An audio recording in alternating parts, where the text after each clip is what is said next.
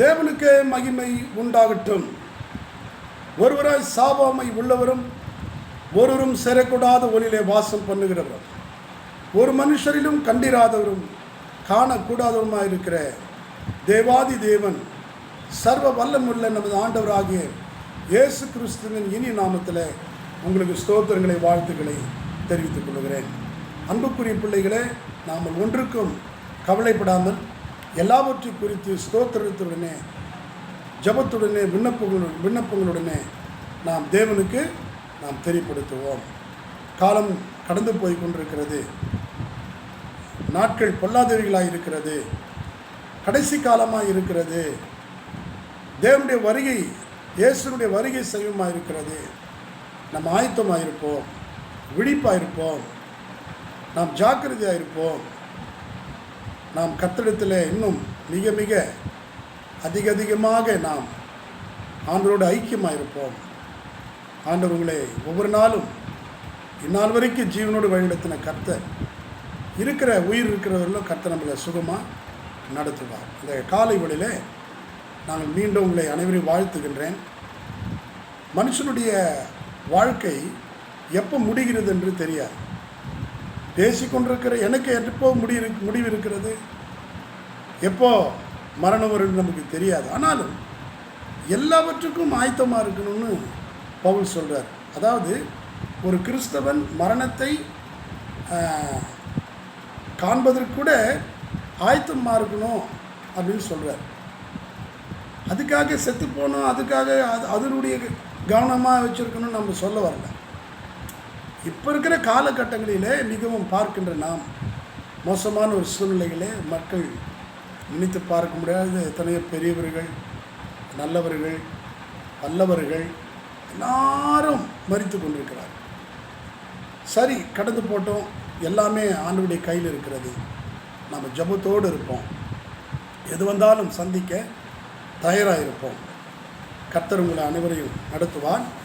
இந்த நாளில் இந்த சேனலை கூட நீங்கள் பார்த்துட்டு சப்ஸ்கிரைப் பண்ணாதவங்க சப்ஸ்கிரைப் பண்ணிவிட்டு ஷேர் பண்ணுங்கள்.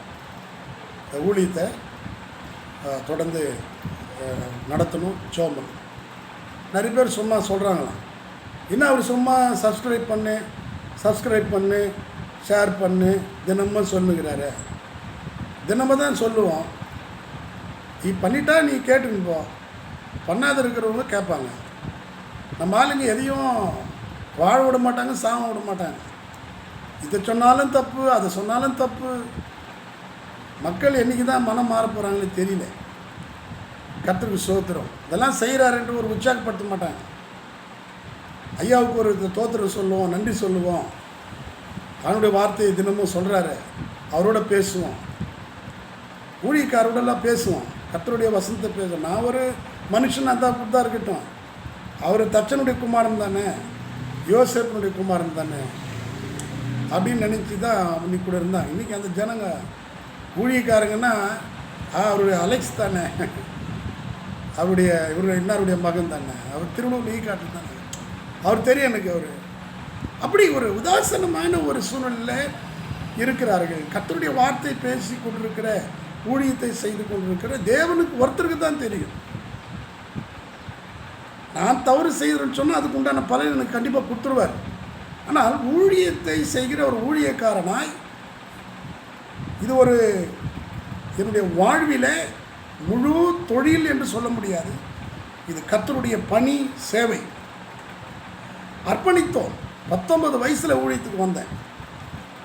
அதனால மனுஷர்கள் யார் எந்த விதமான பேசுவார்கள், இழிவாக பேசுவார்கள், நான் காட்டி கொடுப்பார்கள். அதனால் நல்லதுன்னு சொல்ல மாட்டாங்க. ரொம்ப கஷ்டமாக இருக்குது. மனிதர்களுடைய சுவாபங்களை நினைக்கும்போது அவர்களுக்கு உண்டான பலனை கர்த்தர் கொடுக்க போகிறார். நமக்கு என்ன வந்தது? அவரை குற்றப்படுத்திக்கின்னு, அவரை நோட்டமிட்டுக்கின்னு, அவங்க என்ன செய்கிறாங்க, என்ன செய்யணும், இந்த தொழில் அந்த தொழில் நமக்கு அந்த மாதிரி நம்ம செய்யக்கூடாது. நான் ஜென்ரலான ஒரு சில விஷயங்களை நான் பேசுகிறேன். நமக்கு அந்த வேலை இல்லை. கர்த்தர் பார்த்துக்கொள்வார். உன்னுடைய நீதியாக நீ நடந்துக்கோ, நீ உண்மையாக இரு. உனக்கு உண்டான பலனை கர்த்தர் கொடுத்துருவார். அதனால் ஒருத்தர் சும்மா பழி சுமத்துட்டுக்கிறதோ, குற்றப்படுத்தினுக்கிறதோ, நோட்டம் விடுறதோ, சில பேர் எங்கே போகிறான் எங்கே வரான், அவன் என்ன பண்ணுறான் ஏது பண்ணுறான், இதே வேலையாக போச்சு. இது ஒரு கிறிஸ்தவனுக்கு இருக்கக்கூடாது. தேவ பிள்ளைகளுக்கு அந்த ஒரு தவறான காரியமே செய்யக்கூடாது. உன் வழி கர்த்தருக்கு பிரியமாக இருந்தால் அப்படின்னு சொல்கிறார். சத்துருக்களை கூட உனக்கு சமாதானமாகும்படி செய்வேன். நீ எப்படி இருக்கிற, உன் விசுவாசம் எப்படி இருக்குது, உன் மேல் நம்பிக்கை இருக்குது, நீ எந்த இடத்துல தேவனிடத்தில் அன்பு கூறுற, உன்னுடைய அன்பு எப்படிப்பட்டதாக இருக்குது, நீ எந்த அளவுக்கு கர்த்தருக்கு எப்படி நடக்கிற, உன்னுடைய அன்பின் அளவு என்ன, உன்னுடைய வாழ்க்கையின் தரம் என்ன, நீ எந்த அளவில் சமுதாயத்தில் மதிக்கப்பட்டிருக்கிற, உன்னை யார் கனப்படுத்துகிறார்கள், ஏன் கனப்படுத்தவில்லை, ஏன் நான் இப்படியே இருக்கிறேன், இதெல்லாம் நாம் நம்மை நாமே சோதித்து பார்க்கணும். சரி, இதெல்லாம் நம்ம செய்யாமல் கரெக்டாக சரியான முறையில் நம்மளுடைய வேலை என்னவோ அதை பார்த்துக்கொள்வோம். மற்றவர்களுக்கு என்ன செய்கிறார்களோ கர்த்தர் பார்த்துக்கொள்வார். அதுக்கு நல்ல மனுஷனுடைய வாழ்க்கை இருக்கிற இன்னும் கொஞ்ச காலம்தான். வசனம் என்ன சொல்லுதுன்னா, யோபு புஸ்தகத்தில் 7வது வசனத்தில், ஒரு மரத்தை குறித்தாவது நம்பிக்கை உண்டு, அது வெட்டி போட்டாலும் திரும்ப தழைக்கும், அதன் இளங்கிளைகள் துளிர்க்கும், அதன் வேர் தரையிலே பழையதாகி அதன் அடிக்கட்டை மண்ணிலே செத்தாலும் தண்ணீரில் வாசனையினால் அது துளிர்த்து இளம் மரம் போல கிளைவிடும். ஆனால் மனுஷனோவென்றால் செத்தப்பின் ஒழிந்து போகிறான், மணிபுத்திரவன் ஜீவித்து போனவன் அவன் எங்கே. அருமையான தேவனுடைய பிள்ளைகளே, ஒரு மரத்தை குறித்தாவது நம்பிக்கை இருக்குது. இன்னைக்கு காலகட்டத்தில் ஒரு மரத்தை வெட்டினா, ஒரு வாழை மரத்தை வெட்டினா, ஒரு ஆலமரத்தை வெட்டினா, நீங்களா ஒரு கரும்பு வெட்டினீங்கன்னா அது மீண்டும் துளிர்க்கிறது. நீங்கள் வெட்டி போட்டாலும் அது தழைத்து கொண்டே இருக்கும், துளிர் விட்டு கொண்டே இருக்கும், கத்தியில் வெட்டி போட்டால். ஆனால் மனுஷனாகிய உன்னை வெட்டி போட்டால் தலை துண்டா போச்சுன்னா மீண்டும் நீ தழைப்பியா, பிழைப்பியா, உயிரோடு எழுந்துக்குப்பியா? முண்டை கூட எழுந்துக்க முடியாது. வெட்டினது தான். சும்மா காய்ச்சி மேலே லேசாக கத்தி வச்சுப்பார், இல்லை ஒரு கத்தியில் அப்படி குத்திப்பார், சரி முடிஞ்சு போச்சு, செத்து போக வேண்டியது தான். நீ பழிக்க. அப்போ மனிதர்கள் இன்றைக்கி உள்ள ஒரு பொருள் விலை போகுது, எல்லாம் போகுது, ஒரு பொண்ணு தங்கம் விலை போகுது, மண்ணு கூட பாருங்கள் ஒரு சென்ட் இவ்வளோன்னு போகுது, மரம் வெட்டி போட்டால் எல்லாமே துளிர்க்குது. ஆனால் இதெல்லாம் மனுஷனையுடைய சிருஷ்டிப்பை காட்டிலும் மனுஷனை விட மிகவும் ஒரு சிறிதான ஒரு சிருஷ்டிப்பு தான். ஆனால் மனுஷன் கடவுளுடைய சாயலில் படைக்கப்பட்டவன். ஆனால் வேதம் சொல்லுகிறது, மனுஷன் செத்த பின் பிழைப்பானா? பிழைக்க முடியாது. ஆனால் பிழைக்க முடியும். மனுஷன் வெட்டி போட்டாலும் தழைப்பான். யார் தெரியுமா? நீதிமான், கிறிஸ்தவருக்குள் வாழ்கிறவர்கள், கிறிஸ்தவ பிள்ளைகள். கிறிஸ்தவர்கள் அல்ல, கிறிஸ்தவர்கள் நிறைய பேர் இருக்கிறாங்க, பெயர் கிறிஸ்தவன். ஆனால் கிறிஸ்துவுக்குள் நீதிமான்கள் அவர்கள் செத்தாலும் உயிரோடு எழுந்துப்பாங்க. அல்லேலூயா, கர்த்தருக்கு ஸ்தோத்திரம். கிறிஸ்துவுக்குள் மரித்தவர்கள் முதலாவது எழுந்திருப்பார். என்னை விசுவாசிக்கிறவன் மரித்தாலும் பிழைப்பான். அதனால எதுக்காக சொல்லுன்னு சொன்னால், மனுஷன் இப்போதைக்கு சரீரத்தில் வெட்டி போட்டால் பிழைப்பானா? இல்லை. ஆனால் மரத்தை வெட்டி போட்டால் பிழைப்பான். அப்போ ஒரு மரத்தின் மேலே வச்சு ஒரு நம்பிக்கை இருக்குது, ஆனால் மனுஷன் மேலே நம்பிக்கை இருக்குதா? கர்த்தர் பேர் மேலே நம்பிக்கை இருந்தால் பிழைப்பேன். ஆனால் மனுஷன் பேர் மேலே நம்பிக்கை வைத்து தன்னுடைய சுயத்தை பயபலமாக்கி கொள்ளுகிறவன் செத்தால் அவன் பிழைக்க முடியாது. ஆனால் மனுஷனுடைய வாழ்க்கையை எவ்வளோ மண் இங்கே தான் இருக்கும், மரம் அங்கே தான் இருக்குது, அது கல் அங்கே தான் இருக்குது, மண் அதே இடத்துல தான் இருக்குது. நீ 50 வருஷம் பார்த்தீங்கன்னா கூட அந்த மண் அங்கே தான் இருக்கும். ஒரு பாறை கல் நீ 50 வருஷத்துக்கு முன்னாடி சின்னதாக பார்த்துருப்ப, அது பெருசாக வளர்ந்து அங்கே தான் இருக்குது. ஆனால் மனுஷன் இல்லை, மனுஷன் இல்லை. இல்லாத ஒருவன், பிழைக்காத ஒருவன், வெட்டி போட்டாலும் தழைக்காத ஒரு மனுஷன், ஒரு ஜான் மண்ணுக்காக, ஒரு அடி மண்ணுக்கு அவன் மிகவும் கோபப்பட்டு ஒருவனை கொலை செய்கிறான். ஒரு அடி இப்படி வந்து பாரு, உன்னை குத்திர வேண்டாம். என்னத்த வாரின்னு ஒன்றுமே புரியல எனக்கு. பக்கத்து இடத்துல எனக்கு இவ்வளோ இத்தனை அடி எங்களுது இருக்குதுன்றான். இத்தனைக்கும் பட்டாவே கிடையாது, அது பட்டா நிலமே கிடையாது, பணம் போட்டு வாங்கலை, அது பொதுவான ஒரு மண், பொது சொத்து. அதில் இவன் என்ன சொல்கிறான்னா, எனக்கு 2 அடி இருக்குது, அதுக்காக வாக்குவாதம் பண்ணுறான். எப்பா உனக்கு 2 அடி இதுனா எடுத்துன்னு போயிடு, வேணாம். எதுக்கு? எல்லாத்தையும் எடுத்துக்கிட்டு இருந்தால் கூட வா, பக்கத்து வீட்டில் பாதி எங்கள் வீடு கொடுக்குது, எடுத்துன்னு போ, நான் விட்டு போயிடுறேன் எங்கேயாவது. போராட்டம், போராட்டம், மனிதர்களோட போராட்டம். சத்துருக்கள் எப்பக்கம் திரும்பினாலும், எப்பக்கம் நெருக்கப்பட்டும், நெருக்கம்னு சொல்கிறார் பவுல். அருமையான தேவனுடைய பிள்ளைகளை, கர்த்தரை நேசிக்கிற பிள்ளைகள், கர்த்தருக்காக பக்தியை வாழ்கிற மக்கள் அன்றைக்கு துன்பப்படுவார்கள் சொல்லப்படுது. நான் சொல்கிறது மனுஷனை பற்றி, அவங்க வாழ்க்கை குறுகிய நாள் தான். அதுக்கு மனுஷன் என்னென்ன பாடுபடுறான் பாரு. கத்தியில் வெட்டினா செத்துருவான், பழைக்க மாட்டான். ஆனால் ஆண்டவர் விசுவாசிப்போமானால், நாம் மண்ணிலே விதித்தால், நாம் மரித்தால், புதைத்தால் நாம் நிச்சயமாக பிழைப்போம்.